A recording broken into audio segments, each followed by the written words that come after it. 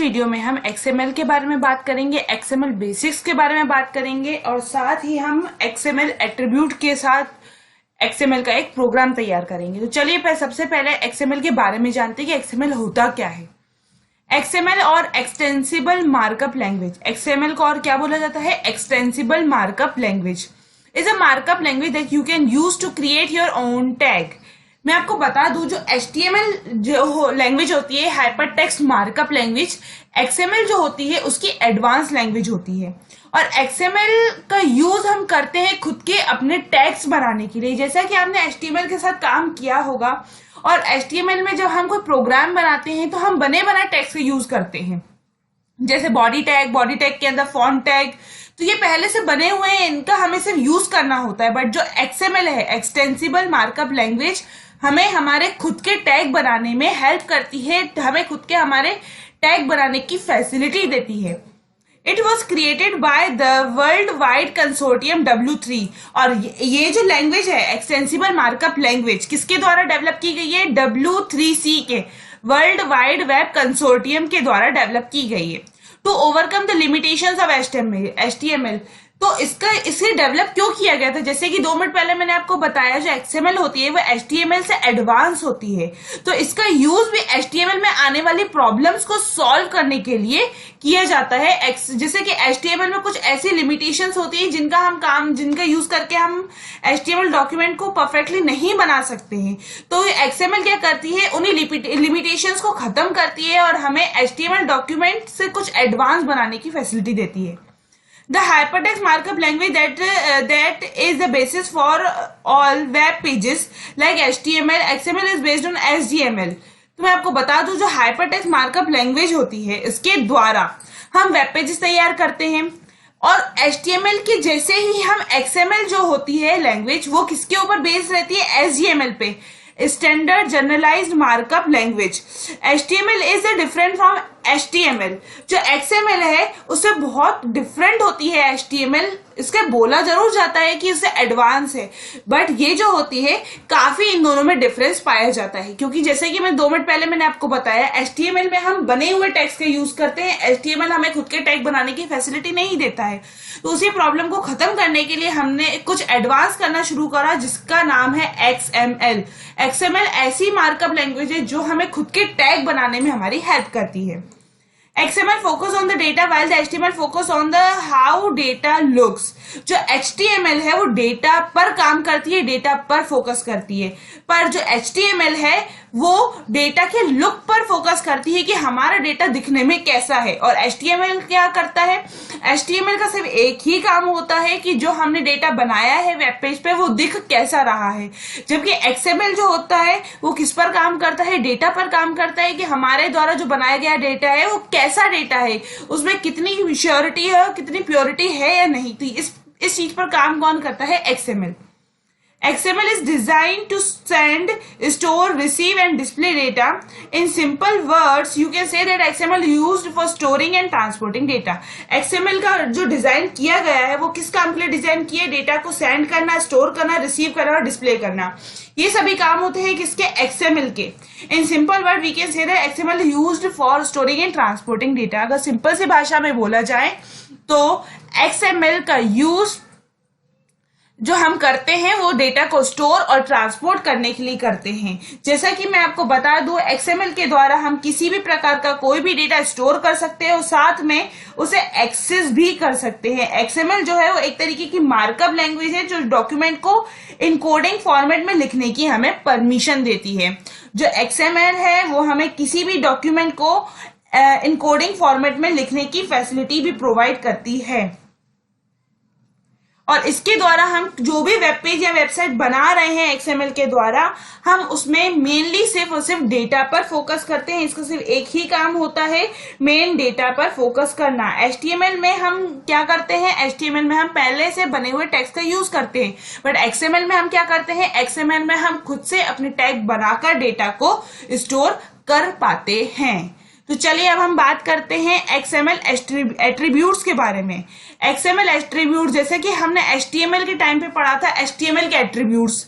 Font tag के attributes, तो ये सब कहलाते हैं एट्रीब्यूट्स। तो एक्सएमएल में भी कुछ एट्रीब्यूट्स होते हैं जिनके बारे में हमें जानकारी होना बहुत ज्यादा जरूरी है। एट्रीब्यूट्स क्या होते हैं? एक्सएमएल फाइल करने के लिए, एक्सएमएल फाइल को क्रिएट करने के लिए यूज किए जाते हैं। एट्रीब्यूट्स के द्वारा ही हम एक्सएमएल फाइल को क्रिएट कर सकते हैं, बिना एट्रीब्यूट के हम एक्सएमएल फाइल को क्रिएट नहीं कर सकते। एट्रीब्यूट्स के आधार पर ही एक्सएमएल फाइल को क्रिएट किया जाता है। जैसे कि आप यहाँ पे देख पा रहे हैं, N attribute is a markup construct consisting of name value pair that exist with in the star tag or empty tag element. XML attribute are normally used to describe XML element or to provide additional information about the elements. तो मैं आपको बता दूं, जो attributes होते हैं, attributes के द्वारा हम किसी भी HTML फाइल को क्रिएट कर पाते हैं। जैसे कि मेन एक हेडिंग टैग होता है और उसके अंदर कॉलम टैग होते हैं। तो जो हेडिंग टैग होता है उसके अंदर के जो कॉलम टैग्स होते हैं वो कहलाते हैं उसके एट्रीब्यूट्स। तो यदि इस सिंटेक्स के द्वारा देखा जाए, जो XML का सिंटेक्स आपको दिख रहा है, तो इस सिंटेक्स में ये जो कहलाएगा वो एट्रीब्यूट कहलाएगा और ये वाले जो अंदर के टैग्स कहलाएंगे वो कहलाएंगे आपके एलिमेंट टैग। तो XML फाइल बनाने के लिए दो मोस्ट इंपॉर्टेंट पार्ट्स की हमारे पास जरूरत होती है। Number 1 is the attribute and the number 2 is element tag. इन दोनों का हेल्प लेकर ही हम क्या कर पाते हैं? XML फाइल को क्रिएट कर पाते हैं, उसमें डेटा को स्टोर कर पाते हैं। तो यहाँ पर जो आपको ये रूट टैग दिख रहा है वो कहलाएगा एट्रीब्यूट और इसके अंदर के जो चाइल्ड और सब चाइल्ड टैग आपको दिख रहे हैं वो कहलाते हैं आपके एलिमेंट टैग। तो चलिए अब हम इसका यूज करके एक प्रोग्राम तैयार करते हैं जिसमें हमें क्या करना है, हमें कुछ डेटा स्टोर करना है XML फाइल के अंदर एनी टैग्स का यूज करके, और उस डेटा को हमें हमारे वेब पेज यानी कि वेबसाइट पर शो करना है। तो चलिए हम आ जाते हैं यहाँ पर हमारे विजुअल स्टूडियो पर। विजुअल स्टूडियो पर आने के बाद आप यहाँ पे देख पा रहे हैं मैंने एक नया प्रोग्राम लेकर रखा है। इस प्रोग्राम को डिजाइन करते हैं।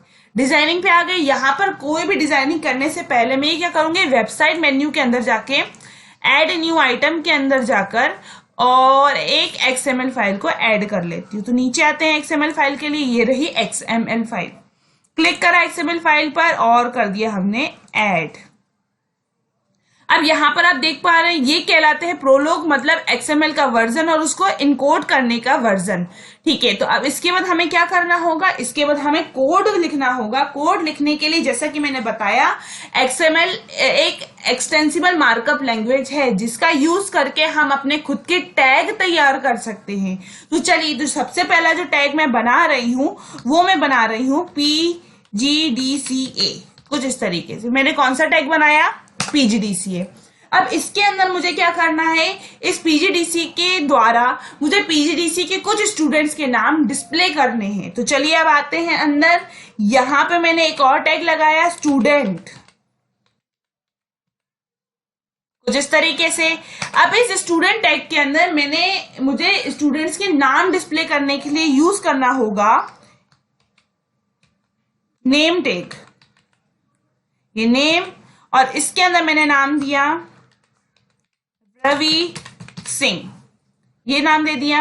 इसके बाद मुझे क्या करना होगा, लाइन चेंज करने के लिए, स्पेस देने के लिए ब्रेक लगाना होगा। तो ब्रेक लगाने के लिए यहाँ पे BR, कुछ इस तरीके से ब्रेक टैग। ब्रेक टैग का यूज होता है लाइन चेंज करने के लिए। अगेन मैं इसे कॉपी करती हूं और नीचे लाकर पेस्ट कर देते हैं।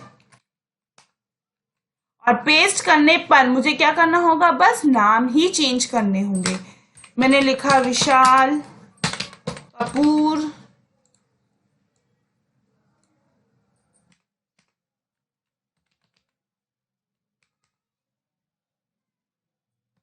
करण मालवीय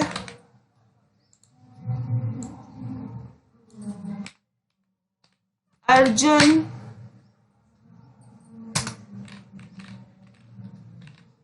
सिंह, ये मैंने नाम दे दिए कुछ इस तरीके से। इसके बाद मैं क्या चाहती हूँ, ये जो डेटा यहाँ पे मैंने 4 लोगों के नाम लिखे हुए हैं, ये नाम मुझे कहाँ शो होने चाहिए, मेरे वेब पेज पर यानी कि मेरी वेबसाइट पर।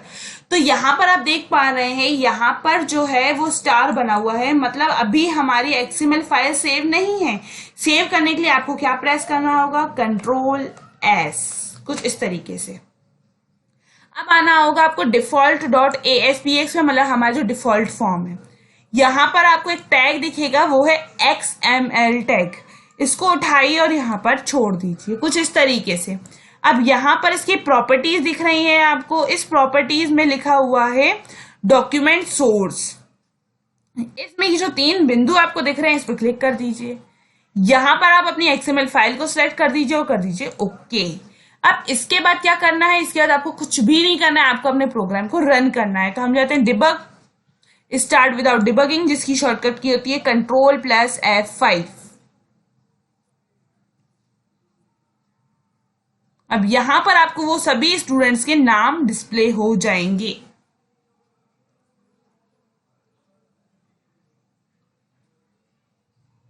आप देख पा रहे हैं सभी स्टूडेंट्स के आपको नाम 1 by 1 as a list show हो रहे हैं। तो यहाँ पर हमने जो लिस्ट बनाई है, यहाँ पे हमारे पास कोई टेबल वगैरह नहीं है, नॉर्मल टेक्स्ट है। तो नॉर्मल टेक्स्ट कुछ इस तरीके से डिस्प्ले कराया जाता है। यदि आप कोई लिस्ट, कोई आप टेबल बना रहे हैं, टेबल के जैसा यदि आपको कोई डेटा डिस्प्ले कराना है, तो उसके लिए आप ग्रिड व्यू नाम का आप टैग भी यूज कर सकते हैं, ये वाला। पर यहाँ पर जो है हमारा जो डेटा है वो नॉर्मल नाम है, जिसमें सिर्फ और सिर्फ नाम शो हो रहे हैं। तो इसके लिए हमने कौन सा टैग यूज करा, XML। तो इस टैग के द्वारा हमने ये जो स्टूडेंट्स के नाम बनाए थे वो हमने हमारे वेब पेज पर डिस्प्ले करा। तो यहाँ पे आप XML फाइल के अंदर देख पा रहे हैं कोई भी ऐसा टैग नहीं है जो पहले से बना हुआ हो। सभी टैग हमने हमारी मर्जी से और अपनी इच्छा से बनाए हैं, जिसमें ये कहलाता है एट्रीब्यूट और इसके अंदर के ये जो कहलाते हैं वो होते हैं आपके एलिमेंट्स।